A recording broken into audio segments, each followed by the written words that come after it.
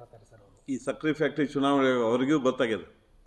ಹಳ್ಳಿ ಒಳಗೆ ಎಷ್ಟು ಜನ ನಮ್ಮ ಪ್ಯಾನಲ್ಗೆ ಮತ ಹಾಕ್ಯಾರ ಅನ್ನೋದು ನಾವು ಕೇವಲ ಅದ್ರ ಬಗ್ಗೆ ನಾವು ಮುಂದೆ ಹೇಳ್ತೀವಿ. 3 ದಿನದಲ್ಲಿ ನಾವು ತಯಾರಿ ಮಾಡ್ಕೊಂಡು 45% ಓಟ್ ತೊಗೊಂಡಿದ್ದೀವಿ. ನಮ್ಮ ಹಳೆ ಎಲ್ಲ ಮುಖಂಡರು ಕಾರ್ಯಕರ್ತರ ಶಕ್ತಿ ನಮ್ಮ ಜೊತೆ ಐತಂತ ಅಷ್ಟು ಓಟ್ ಬಿದ್ದಾವೆ. ಅದು ಅವ್ರಿಗೂ ಗೊತ್ತು, ಹೇಳ್ತಾರೆ ಅಷ್ಟೇ. ಅವರು ಮೇಲೆ ಹೇಳೋದು ಬೇರೆ ಇರ್ಬೋದು, ಮನಸ್ಸಿಗೆ ಅವರು ತಿಳಿದಿರ್ತದೆ ಅವ್ರಿಗೆ ನಮ್ಮ ಶಕ್ತಿ ಏನು ಅಂತ. ನನ್ನ ಜೊತೆ ಯಾರಿದ್ದಾರೆ ಅನ್ನೋದು ಅವ್ರಿಗೂ ಗೊತ್ತದ, ನನಗೂ ಗೊತ್ತದ. ನೀವು ಮಾತಾಡ್ತಾ ಆಗಲೇ ಒಂದು ವಿಚಾರ ಹೇಳಿದ್ರಿ, ಲೋಕಸಭಾ ಚುನಾವಣೆಯಲ್ಲಿ ಸೌದಿಯವರು ಏನು ಮಾಡಿದ್ದಾರೆ, ಅವ್ರ ಮನವರಿಕೆ ಅವ್ರು ಆತ್ಮಾವಲೋಕನ ಮಾಡ್ಕೊಡ್ರಿ, ಏನು ಮಾಡ್ಕೊಂಡಿದ್ದಾರೆ ಅಂತ. ನಿಮಗೆ ಪಕ್ಷದಲ್ಲಿ ಇದ್ದವ್ರು ನಿಮ್ಗೆ ಗೊತ್ತಿದೆ ಅಲ್ಲ, ಅವ್ರ ಆತ್ಮಾವಲೋಕನ ನೋಡ್ರಿ. ನಾನು ಸಣ್ಣ ಕಾರ್ಯಕರ್ತರಿಗೆ ಇಲ್ಲಿ ಗೊತ್ತಾಗಬೇಕು. ನಾನು ಸಾಮಾನ್ಯ ಕಾರ್ಯಕರ್ತ, ಅವ್ರ ಆತ್ಮಾವಲೋಕನ ಮಾಡ್ಕೊಳ್ಳಿ, ಅವ್ರಿಗೆ ಗೊತ್ತಾಗ್ತದೆ. ನಾನು ಯಾರ ಮೇಲೆ ಗೂಬೆ ಕೊರಿಸ್ಲಿಕ್ಕೆ ಹೋಗೋದಿಲ್ಲ, ಆತ್ಮಾವಲೋಕನ ಮಾಡ್ಕೊಳ್ಳಿ ಅವ್ರು ಏನು ಮಾಡಿದ್ರು ಅಂತ. ನಮ್ಮ ಮುಖಂಡರಾಗಲಿ ಯಾರನ್ನಾಗಲಿ ಅವ್ರ ನಡವಳಿಕೆ ಯಾವ ರೀತಿ ಇದೆ ಅಂತ ಅದನ್ನೂ ಒಂದು ಮಾತು ಹೇಳಿದ್ರಿ ನೀವು, ಏನಾಗ್ತಾ ಇದೆ ಈ ಕಾಂಗ್ರೆಸ್ನಲ್ಲಿ ಅಂತ. ಅದು ಅವ್ರ ಆತ್ಮಾವಲೋಕನ ಮಾಡ್ಕೊಳ್ಳಿ, ಗೊತ್ತಾಗ್ತದೆ ನಮ್ಮ ನೋವು ಯಾಕಿದೆ ಅಂತ.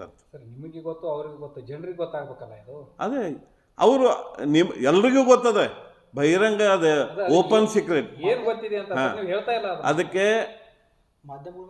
ನಾನು ಮಾಧ್ಯಮದ ಮುಂದೆ ಪಕ್ಷದ ಏನು ಇದು ಚಟುವಟಿಕೆ ಬಗ್ಗೆ ನಾನು ಬಹಿರಂಗ ಹೇಳಿಕೆ ಹೇಳೋದಿಲ್ಲ. ನನಗೆ ಪಕ್ಷ ಕೇಳಿದರೆ ಸೂಕ್ತ ಸಂದರ್ಭದಲ್ಲಿ 4 ಗೋಡೆಗಳ ಮಧ್ಯೆ ನಮಗೇನು ಅನ್ಯಾಯ ಆಗಿದೆ ಅನ್ನೋದನ್ನು ನಾನು ಹೇಳಿಕ್ಕೆ ತಯಾರಿದ್ದೀನಿ. ಪಕ್ಷದ ಇದೊಂದು ವಿರುದ್ಧವಾಗಿ ನಾನು ಬಹಿರಂಗ ಹೇಳಿಕೆ ನೀಡೋದಿಲ್ಲ. ಪಕ್ಷ ನನಗೆ ಕೇಳಿದರೆ ನಾನು 4 ಗೋಡೆಗಳ ಮಧ್ಯೆ ನಮಗೇನು ಅನ್ಯಾಯ ಆಗ್ಯದನ್ನು ಹೇಳಲಿಕ್ಕೆ ನಾನು ಸಿದ್ಧ ಇದ್ದೇನೆ. ಮೊದಲನೇದಾಗಿ ನಾನು ಯಾರ ಬಗ್ಗೆನೂ ಚಾಡಿ ಹೇಳುವಂಥ ನನಗೆ ಸ್ವಭಾವ ಇಲ್ಲ. ನಾನು ಕೆಲಸ ಮಾಡ್ಕೋತ ಹೋಗವ, ಲಾಬಿ ಮಾಡುವಂಥ ಮನುಷ್ಯ ನಾನಲ್ಲ. ಕೆಲಸ ಮಾಡ್ಕೋತ ಇದ್ದಿದ್ದರಿಂದ ನಾವು ಇಲ್ಲೇ ಇದ್ದೀವಿ. ಇನ್ನು ನಮಗೆ ಪಕ್ಷ ಕೇಳಿದರೆ ನಾನು ಹೇಳ್ತೀನಿ. ಅಂದರೆ ಇನ್ನೂ ಯಾರು ನಿಮ್ಮನ್ನು ಸಂಪರ್ಕ ಮಾಡಿಲ್ವಾ? ಇಲ್ಲ, ಕೇಳಿದಾಗ ನಾನು ಹೇಳ್ತೀನಿ. ನಮಗೆ ಹೇಳ್ತಾ ಇದ್ದಾರೆ ಸತೀಶ್ ಜಾರಕಿಹೊಳಿ ಅವರು ಈ ಬಗ್ಗೆ ಸಮಗ್ರವಾಗಿ ನಿಮ್ಮ ಕಡೆಯಿಂದ ಮಾಹಿತಿ ತೊಗೊಂಡಿದ್ದಾರೆ.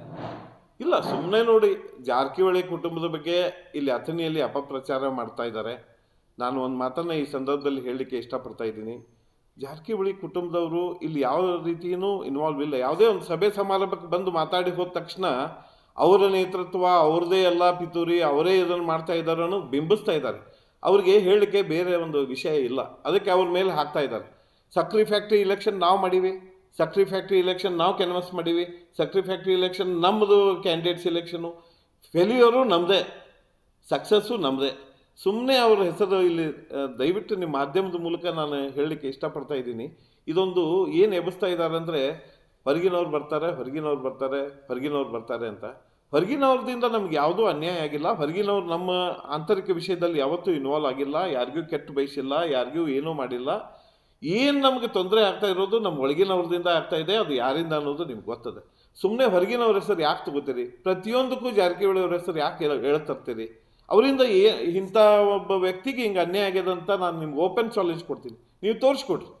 ನಮ್ಮ ತಾಲೂಕಿನಲ್ಲಿ ಜಾರಕಿಹೊಳಿ ಸಹೋದರರಿಂದ ಇಂಥದ್ದೊಂದು ಅನ್ಯಾಯ ಆಗ್ಯದಂತ ತೋರಿಸ್ಕೊಡ್ರಿ, ನಾನು ಒಪ್ಕೋತೀನಿ. ನೀವು ರಾಜ್ಯ ಮಾಡಿ ಈಗ ಅಂಥ ಸಂದರ್ಭ ಬಂದಿಲ್ಲ, ಬಂದಾಗ ನೋಡೋಣ. ನಾನು ಒಬ್ಬ ನಿಷ್ಠಾವಂತ ಕಾರ್ಯಕರ್ತ.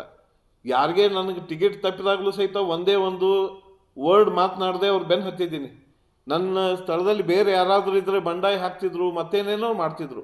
ನಾನು ಒಂದೇ ಒಂದು ಮಾತು ಆಡದೆ ಅವ್ರ ಗೆಲುವಿನಲ್ಲಿ ನಂದು ಸಿಂಹಪಾಲು ಇದೆ. ಅವರು ಒಪ್ಕೋತಾರೋ ಬಿಡ್ತಾರೋ ಗೊತ್ತಿಲ್ಲ, ಅವ್ರ ಗೆಲುವಿನಲ್ಲಿ ನನ್ನ ಸಿಂಹಪಾಲಿದೆ. ನಾನು 4 ವರ್ಷದ್ದು ದುಡ್ದಿದ್ದ ಪರಿಶ್ರಮ ಇದೆ, ಬೆವರಿದೆ. ನನ್ನಂತೆ ಅನೇಕ ಮುಖಂಡರು, ಅನೇಕ ಕಾರ್ಯಕರ್ತರ ಪರಿಶ್ರಮ ಇದೆ. ಇಂಥ ಸಂದರ್ಭದಲ್ಲಿ ಅವ್ರು ಟಿಕೆಟ್ ಸಿಕ್ಕ ಮೇಲೂ ನಾವು ವಿರೋಧ ಮಾಡಿಲ್ಲ. ಈಗ ನಾನು ನನ್ನ ಅಧ್ಯಕ್ಷ ಸ್ಥಾನದ ಸಂಬಂಧ ನಾನು ಬಹಿರಂಗವಾಗಿ ಏನೂ ಹೇಳೋದಿಲ್ಲ. ಸಂಬಂಧಿಸಿದ ಮುಖಂಡರು ಕೇಳಿದರೆ, ನಮ್ಮ ಹಿರಿಯರು, ನಮ್ಮ ಹೈಕಮಾಂಡ್ ಕೇಳಿದರೆ ನನ್ನ ನೋವು ಏನು ಅನ್ನೋದನ್ನು ಅವ್ರ ಮುಂದೆ ಹೇಳ್ತೀನಿ. ಸೌದಿ ಅವರು ನೇರ ಆರೋಪ ಮಾಡ್ತಾ ಇದ್ದಾರೆ, ನೀವು ಹಣ ಇಸ್ಕೊಂಡು ಕೇಳ್ತಾ ಇದ್ದೀರಿ ಅಂತ. ಇನ್ನು ಏನು ಬೇಕು ಸರ್ ನಿಮಗೆ? ಬರಲಿ, ಆಮೇಲೆ ನಾನು ನಿಮಗೆ ನೇರ ಅವ್ರಿಗೆ ಇವತ್ತು ಆಹ್ವಾನವನ್ನು ಕೊಟ್ಟಿದ್ದೀನಿ. ಅವರು 3 ಸ್ಥಳ ಹೇಳಿದ್ದೀನಿ. 3 ಸ್ಥಳದಲ್ಲಿ ಯಾವ ಸ್ಥಳದಲ್ಲಾದರೂ ಬರಲಿ, ಇಲ್ಲ 3ಕ್ಕಾದರೂ ಬರಲಿ, ನಾನು ಬರೋಕ್ಕೆ ಸಿದ್ಧದ್ದೀನಿ. ಹಸಿ ಅರಿವಿಯಲ್ಲೇ ಬರೋಕ್ಕೆ ಸಿದ್ಧದ್ದೀನಿ. ಮತ್ತು ಇಷ್ಟು ನನ್ನ ಹತ್ರ ಸತ್ಯ ಇದ್ದಾಗಲೇ ನಾನು ಹೇಳಕ್ಕೆ ಸಾಧ್ಯ, ಹೌದಲ್ಲ? ಹೇಳಿ, ಅವ್ರು ಏನು ಹೇಳಿದಾರಲ್ಲ ಅದನ್ನ ಹೇಳಿ, ನಾನು ಹೇಳ್ತೀನಿ. ಹೋರಾಟ ಮಾಡಬೇಕಾಗುತ್ತೆ ಅಂತ ಹೇಳಿದ್ರಿ, ಏನು ಯಾವ ರೀತಿ ಕಾನೂನು ಹೋರಾಟ? ನಾನು ನಮ್ಮ ತಜ್ಞರ ಜೊತೆ ಮಾತಾಡ್ತಾ ಇದ್ದೀನಿ, ಕಾನೂನು ತಜ್ಞರ ಜೊತೆ. ಅದನ್ನು ಮುಂದೆ ನಿಮಗೆ ತಿಳಿಸ್ತೀನಿ. ಕಾದು ನೋಡ್ಬೇಕಾ ಏನು? ಎಸ್. ಸರಿ.